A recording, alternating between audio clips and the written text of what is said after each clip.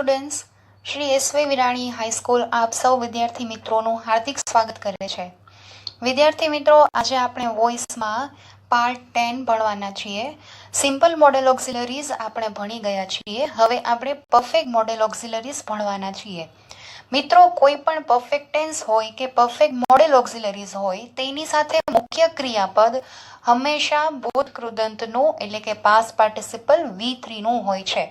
તો આ perfect modal ઓક્સિલરીઝમાં તેના અર્થ કેવી રીતે થાય છે, તેના ક્રિયાપદના સ્વરૂપો કેવા હોય છે એ આજે આપણે ભણવાના છીએ અને સાથે સાથે તેના વોઇસ પણ શીખવાના છીએ. તો આવો શરૂ કરીએ પરફેક્ટ મોડેલ ઓક્સિલરીઝ. તો પરફેક્ટ મોડેલ ઓક્સિલરીઝમાં can have, could have, may have, might have, shall or will have, would have, should have અને મસ્ટ હેવ અત્યારે આપણે સિલેબસમાં છે. તો સૌથી પહેલાં આપણે આ દરેક પરફેક્ટ મોડેલ ઓક્સિલરીઝ છે એના અર્થ એટલે કે એનો ઉપયોગ કઈ રીતે થાય છે એ ટૂંકમાં સમજવાના છે.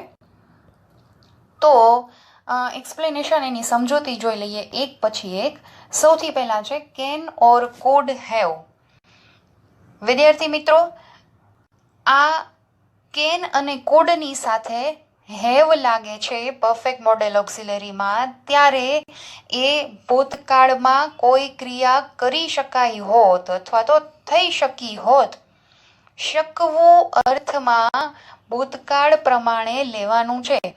બરાબર. કેન અથવા કુડ હેવ કરી શકાયું હોત કે થઈ શક્યું હોત. આપણને ખબર છે કે કેન અને કુડ જ્યારે સિમ્પલ મોડેલ ઓક્સિલરીના અર્થમાં સમજેલા ત્યારે કેન એટલે કરી શકવું થતું હતું વર્તમાન પ્રમાણે અને ભૂતકાળમાં કુડ એટલે કરી શકતા હતા. ભૂતકાળની કેપેસિટી સક્ષમતા બતાવવામાં આવતી. અહીંયા કેન અને કુડની સાથે હેવ લાગે એટલે પરફેક્ટ મોડેલ ઓક્સિલરી થઈ જાય છે અને બંનેનો અર્થ એક સરખો થાય છે કે ભૂતકાળમાં કોઈ ક્રિયા થઈ શકી હોત પણ થઈ નહીં. તો એના માટે આ કેન કુડ ની પરફેક્ટ મોડેલ ઓક્સિલરી હેવ સાથે વાપરવામાં આવે છે. વિદ્યાર્થી મિત્રો, એકવાર સ્ટ્રક્ચર યાદ કરી લઈએ કે સિમ્પલ મોડેલ ઓક્સિલરીમાં માત્ર ક્રિયાપદનું મૂળરૂપ મૂકવામાં આવતું, જ્યારે પરફેક્ટ મોડેલ ઓક્સિલરીમાં મોડેલ ઓક્સિલરી પછી have plus V3 past participle મૂકવામાં આવે છે. એને જ પરફેક્ટ મોડેલ ઓક્સિલરી કહેવાય છે. Now next one, number 2, may or might have. ફરીથી એકવાર યાદ કરીએ કે મે અને માઇટ જ્યારે સિમ્પલ મોડેલ ઓક્સિલરીમાં હતું ત્યારે મે એ સંભાવના અને પરવાનગી દર્શાવતું હતું જે વર્તમાન કાળ માટે અને માઇટ એનું ભૂતકાળ દર્શાવતું. અહીંયા બંનેને હેવ લગાવીએ એટલે પરફેક્ટ મોડેલ ઓક્સિલરી થઈ જાય છે અને બંનેનો એક સરખો અર્થ થાય છે ભૂતકાળમાં થયું હોત, કોઈ ક્રિયા થઈ હોત પણ થઈ નથી. આના માટે મે ઓર માઇટ હેવ નો ઉપયોગ થાય છે. Now number 3, shall or will have. તો શેલ વિલ એકલું હોત તો એની સાથે ક્રિયાપદનું મૂળ રૂપ આવત કારણ કે સિમ્પલ મોડેલ ઓક્સિલરી હોત અથવા તો સિમ્પલ ફ્યુચર ટેન્સ તરીકે પણ વપરાત. પણ અહીંયા જ્યારે પરફેક્ટ મોડેલ ઓક્સિલરી તરીકે છે ત્યારે એની સાથે હેવ મૂકવામાં આવશે અને સાથે ક્રિયાપદનું ભૂતકૃદંતનું રૂપ હશે. તો આ થાય છે પૂર્ણ ભવિષ્યકાળ.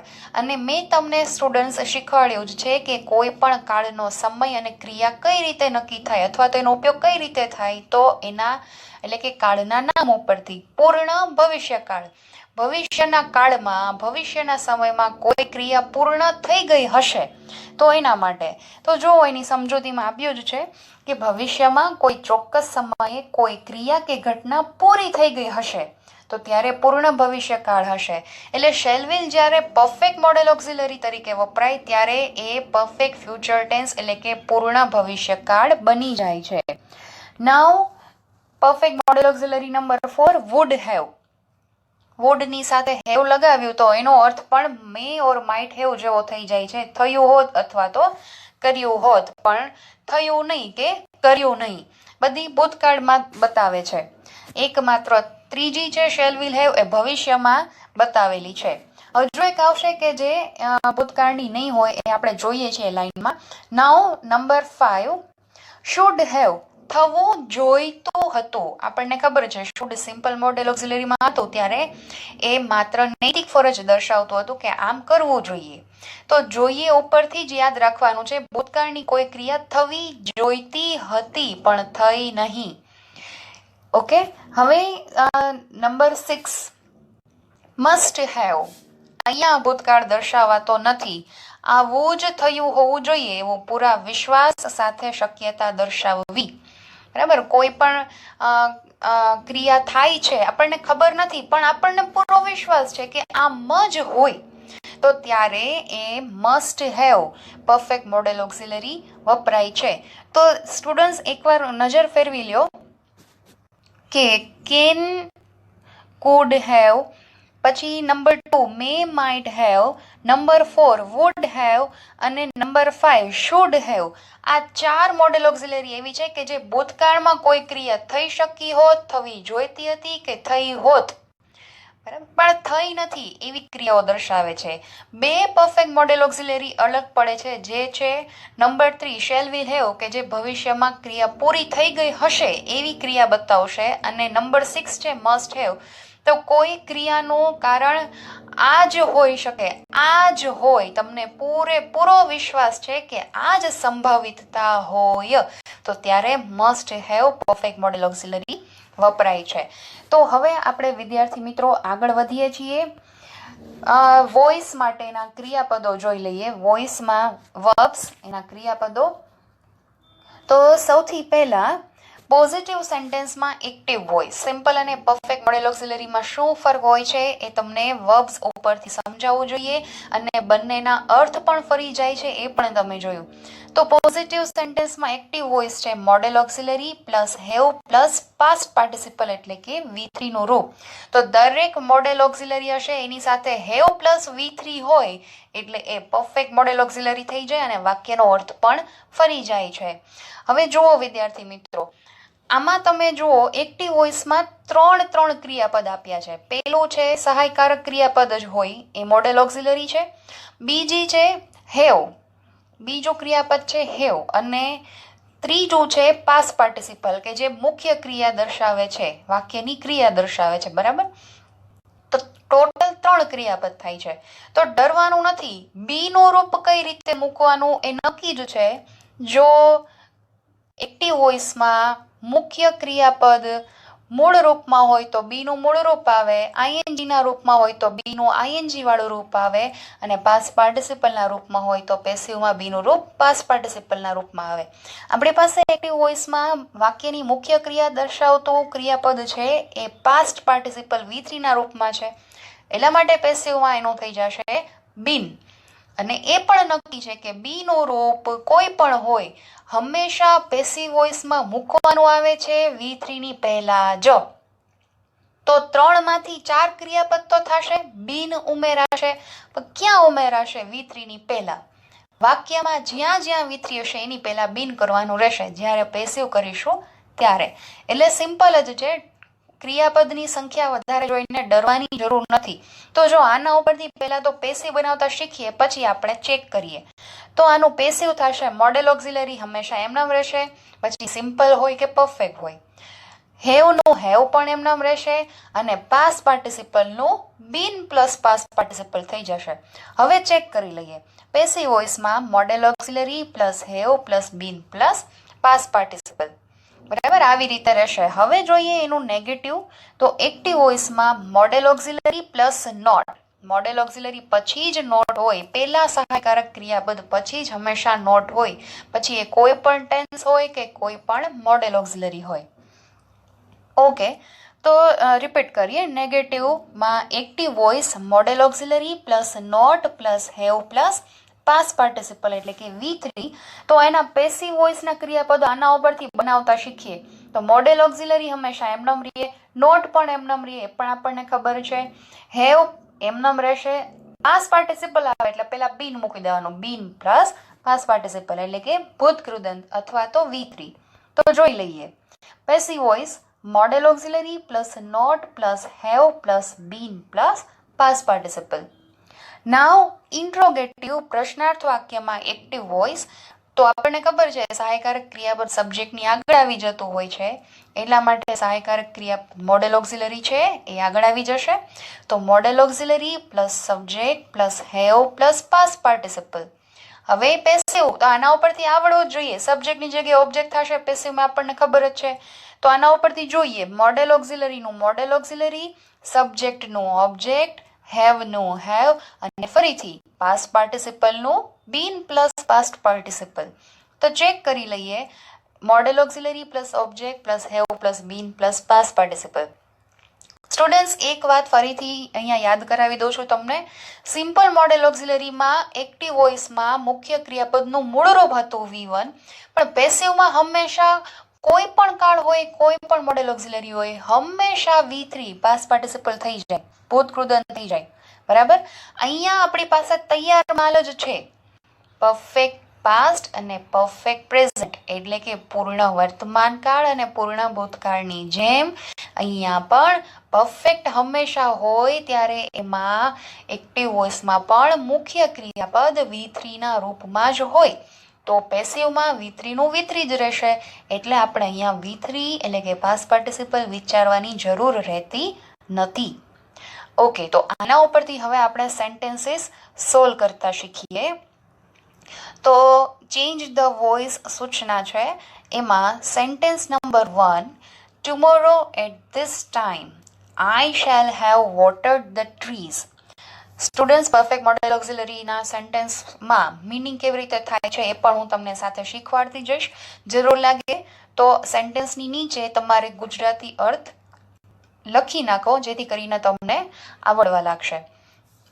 ઓકે, તો ટુમોરો આવતીકાલે એટ ધીસ ટાઈમ આ સમયે, આઈ શેલ હેવ વોટર્ડ, જો પૂર્ણ ભવિષ્યકાળ છે, ધ ટ્રીઝ મેં વૃક્ષોને પાણી પાઈ દીધું હશે. પાતી હોઈશ નથી કહેવાનું, તો પાવાની ક્રિયા ચાલુ હશે. ક્યારે? ભવિષ્યમાં છે, તો ચાલુ ભવિષ્યકાળ થાય. અહીંયા શું છે? પાણી પાઈ દીધું હશે, તો પાણી પાવાની ક્રિયા પૂરી થઈ ગઈ હશે. એટલા માટે અહીંયા પરફેક્ટ મોડેલ ઓક્ઝિલરી છે શેલ હેવ પ્લસ V3, અથવા તો પૂર્ણ ભવિષ્યકાળ પણ કહી શકાય. હવે આપણે અધર word, subject, verb, object check કરી લઈએ. એસવીઓની વાક્ય રચના તમને યાદ હોવું જોઈએ કે ક્રમમાં જ હોવી જોઈએ. એસવીઓ અને અધર વર્ડ્સ વચ્ચે હોઈ શકે, પણ એસવીઓનો ક્રમ જળવાઈ રહેવો જોઈએ. તો ટુમોરો એટ ધીસ ટાઈમ, આવતીકાલે આવા સમયે, આ તો સમય દર્શાવે છે, અને સમય દર્શાવતા શબ્દો હંમેશા અધર વર્ડ્સમાં હોય. ક્રિયા કોણ કરે છે પાણી પાવાની? આઈ, હું, એટલે આઈ થશે સબ્જેક્ટ. વર્બ્સના પોઈન્ટમાં આપણે જેટલા શબ્દોનો સમાવેશ કર્યો હોય એ બધા જ શબ્દો વર્બમાં આવે. એટલે વર્બ્સમાં આપણે જોયું હતું shall plus have plus watered. Shall એટલે કે મોડેલ ઓક્ઝિલરી, તો શેલ હેવ વોટર્ડ આ વી થશે, એટલે કે વર્બ. કોને પાણી પાવાનું છે? કોને પૂછવાથી ઓબ્જેક્ટ મળે છે, શું પૂછવાથી પણ ઓબ્જેક્ટ મળે છે. અહીંયા કોને વાળું ઓબ્જેક્ટ છે ધ ટ્રીઝ, એટલે આર્ટિકલ છૂટો નથી પડવાનો, તો આખે આખું ધ ટ્રીઝ થાય છે ઓબ્જેક્ટ. ચેક કરી લઈએ અધર word, subject, verb and object. જો એસવીઓનો ક્રમ જળવાઈ રહ્યો છે, એટલે આપણું આટલું સોલ્યુશન બરાબર છે. હવે આના ઉપરથી જવાબ બનાવશું. અધર વર્ડ્સની જગ્યાએ અધર વર્ડ્સ, સબ્જેક્ટની જગ્યાએ ઓબ્જેક્ટ, વર્બમાં યોગ્ય ફેરફાર કે જે આપણે વર્બ્સના પોઈન્ટમાં શીખી લીધું હશે આગળ, અને ઓની જગ્યાએ બાયની સાથેનો એસ. બીજો એક નિયમ અહીંયા ફરીથી યાદ કરી દઉં છું. જો સર્વનામ હોય તો કર્તાની જગ્યાએ કર્તા વિભક્તિ અને કર્મની જગ્યાએ જાય તો કર્મ વિભક્તિ મૂકવાની. તો હવે અહીંયા લાઈનમાં શરૂઆત કરીએ, એક પછી એક શબ્દનો વારો. અધર વર્ડ્સ જેટલા હોય બધા એક સાથે એમનામ આવી જાય. તો ટુમોરો એટ ધીસ ટાઈમ, વિરામ ચિહ્નો બધા પોતાના સ્થાને એમનામ રહે છે, અલ્પ વિરામ પણ એમનામ. હવે એસ આવે છે આઈ, એની જગ્યાએ ઓ મૂકીશું ધ ટ્રીઝ. શેલ છે એની બદલે હવે આપણે વિલ કરવું પડશે. એ જ નિયમ ફ્યુચર ટેન્સનો, ભવિષ્યકાળનો, કે શેલ છે એ માત્ર આઈ અને વી સાથે આવે. જો આઈ અને વી ની જગ્યાએ બીજો કોઈ શબ્દ મૂકવો પડતો હોય તો ત્યાં વિલ કરી નાખવું પડે. એટલા માટે આઈ નું ધ ટ્રીઝ કર્યા પછી શેલનો વારો આવે છે, તો શેલનું થાય છે વિલ. હેવ નું હેવ હંમેશા એમનેમ રહેશે. હેવ હેઝ અહીંયા ફેરફાર નહીં થાય. જો એ પહેલા ક્રિયાપદની જગ્યાએ હોત તો જે ફેરફાર થાય, અહીંયા પહેલા ક્રિયાપદની જગ્યાએ શેલ છે તો શેલમાં ફેરફાર થાય. હેવમાં ફેરફાર થતો નથી, ક્યારેય નહીં. વોટર્ડ એ તો એમને રાખવાનું છે V3 અને ધ ટ્રીઝની જગ્યાએ બાય ની સાથે મી, કેમ કે આ સર્વનામ હોવાથી કર્મની જગ્યાએ જશે તો બાય મી થશે. હવે જવાબ ચેક કરી લઈએ. Tomorrow at this time the trees will have been watered by me. Now sentence number 2. He should not have wasted his time during his school days. યાદ કરી લઈએ, perfect modal auxiliary should have નો શું થતો હતો? થવું જોઈતું હતું પણ થયું હોય નહીં. અહીંયા સેન્ટેન્સ નેગેટિવ છે. તો during his school days, during એટલે દરમિયાન, તેના શાળાના દિવસો દરમિયાન તેણે તેનો ટાઈમ વેસ્ટ કરવો જોઈતો નહોતો પણ કરી નાખ્યો. મિનિંગ એવો થાય. હવે ડ્યુરિંગ હિઝ સ્કૂલ ડેઝ એ ટાઈમ બતાવે છે અને ટાઈમ બતાવતા બધા શબ્દો અધર વર્ડ્સમાં જશે એટલે એ છેલ્લે ડ્યુરિંગ હિઝ ડેઝ છે એ અધર વર્ડ્સ થાય છે. કોણે ક્રિયા કરી છે વેસ્ટ કરવાની? તો હી એટલે સબ્જેક્ટ થાય છે.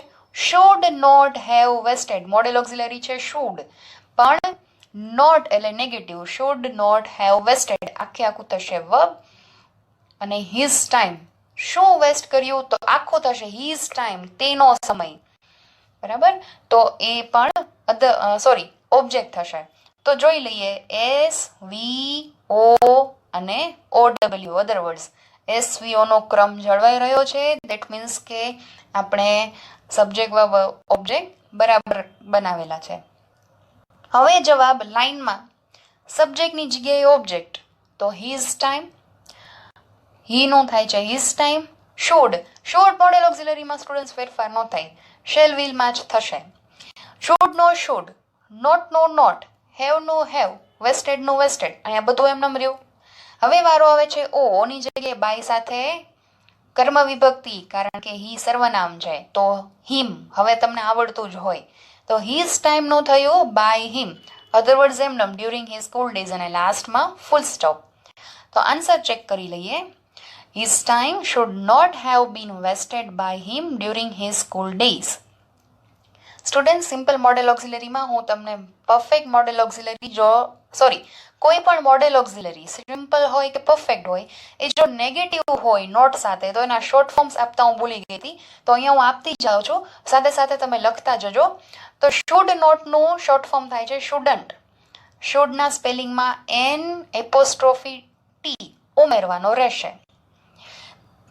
ઓકે, હવે sentence number 3. Rupa had free time. Would she have visited the exhibition? જો અહીંયા બે સેન્ટેન્સ આપેલા છે, કન્જક્શન થી જોડેલા પણ નથી અને અલ્પવિરામ પણ નથી.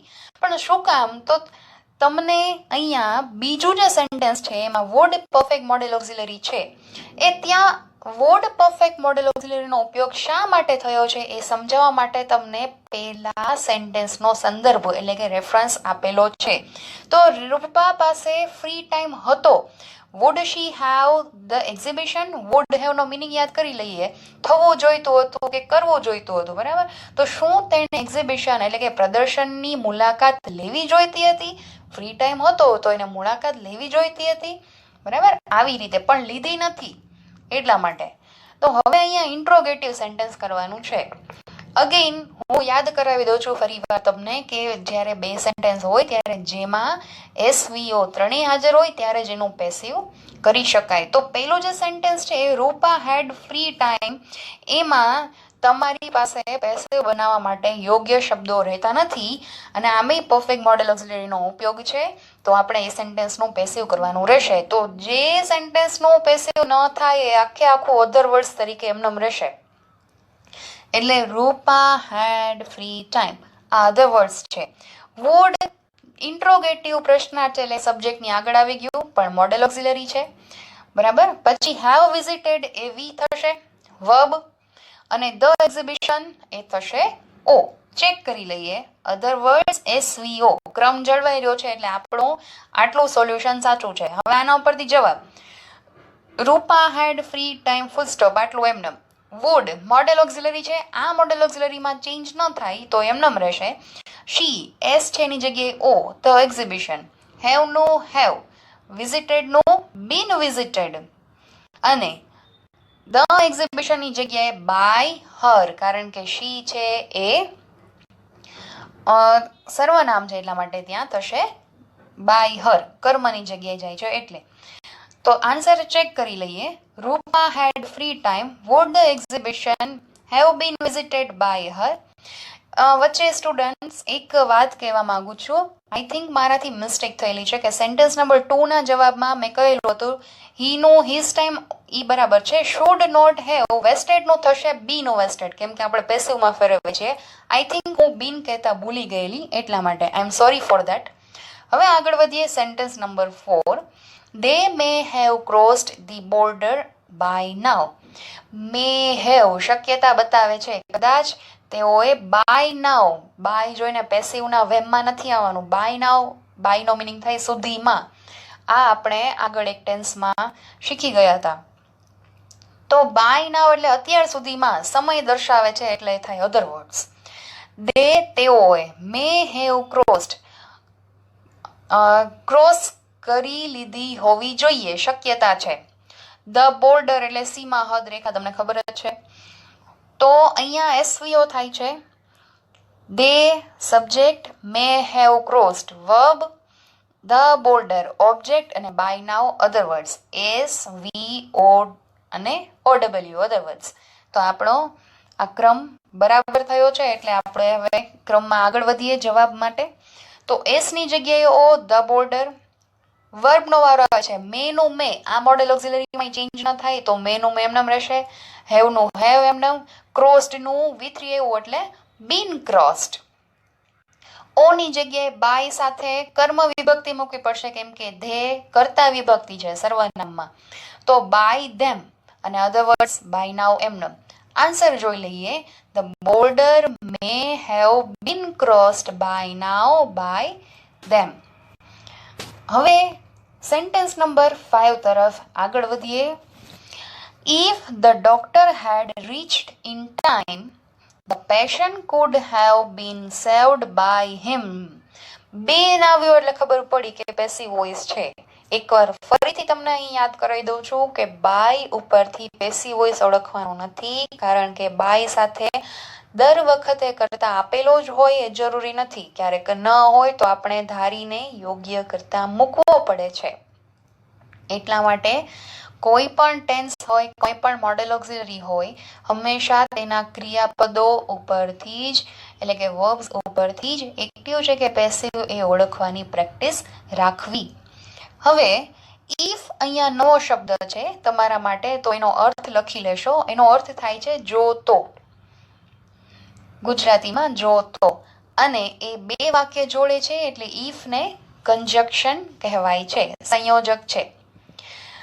જો ડોક્ટર ઇન ટાઈમ સમયસર રીચ્ડ પહોંચી ગયા હોત તો the patient could have been saved by him, તો તેના દ્વારા પેશન્ટ એટલે કે દર્દીને બચાવી શકાયો હોત, પણ બચી શકાયો નહીં.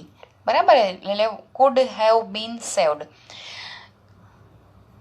શકાયું હોત એવો અર્થ થાય છે.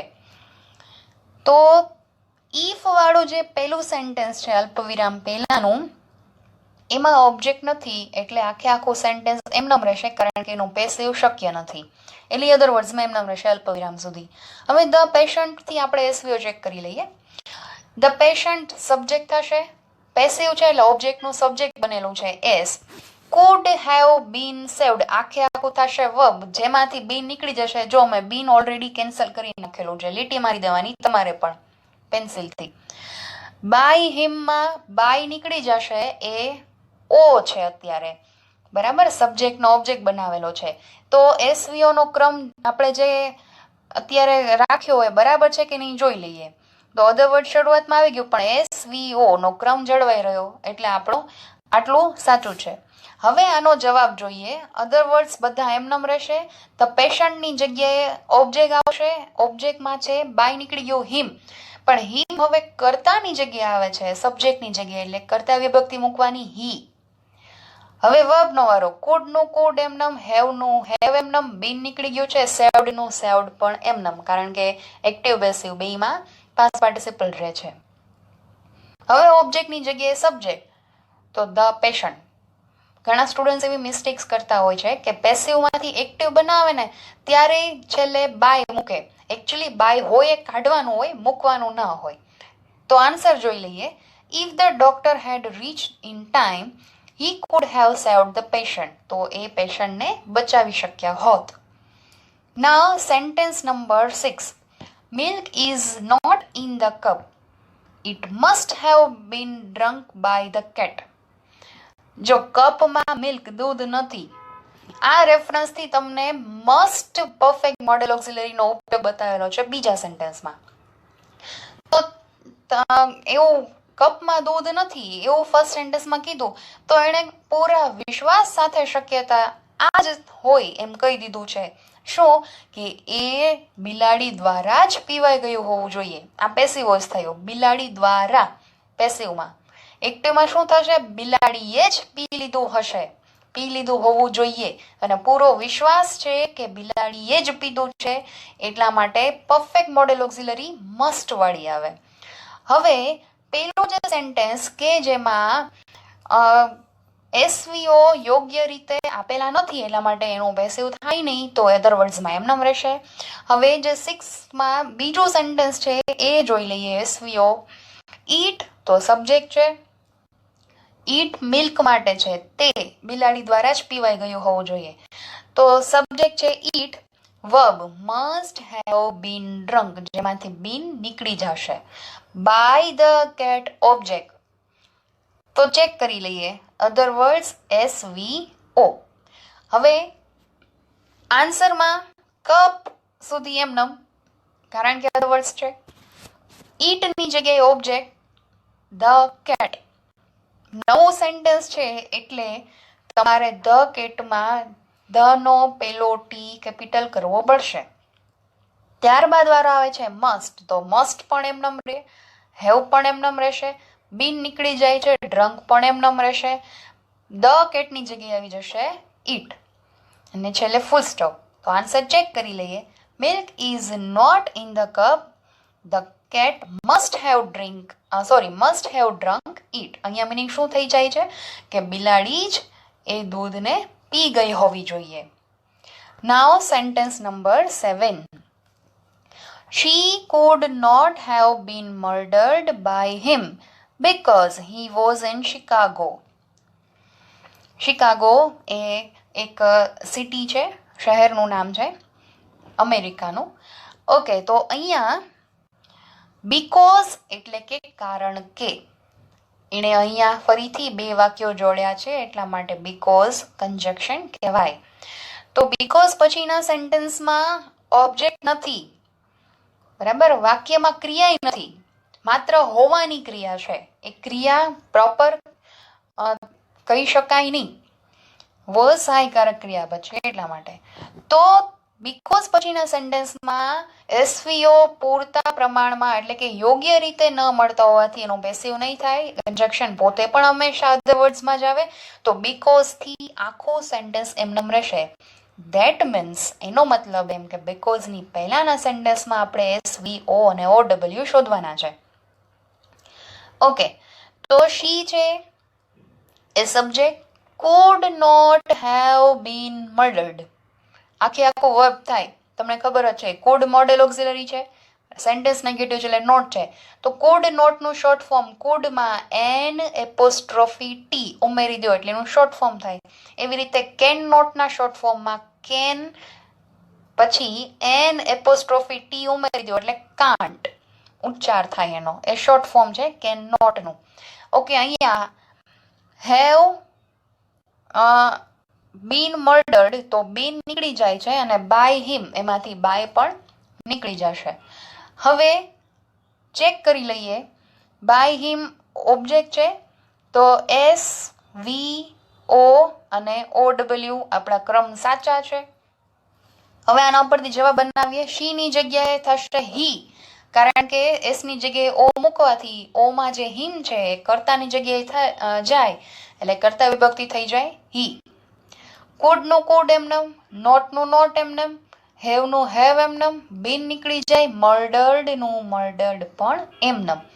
ઓની જગ્યાએ એસ મૂકીએ તો કર્મની જગ્યાએ મૂકવાથી શીની કર્મ વિભક્તિ મૂકવી પડશે હર, અને because he was in Chicago full stop બધું એમને. ઓકે, તો આન્સર છે he could not have murdered her because he was in Chicago. Now sentence number 8, might a good opportunity have been missed by me? તો અહીંયા interrogative sentence છે. હવે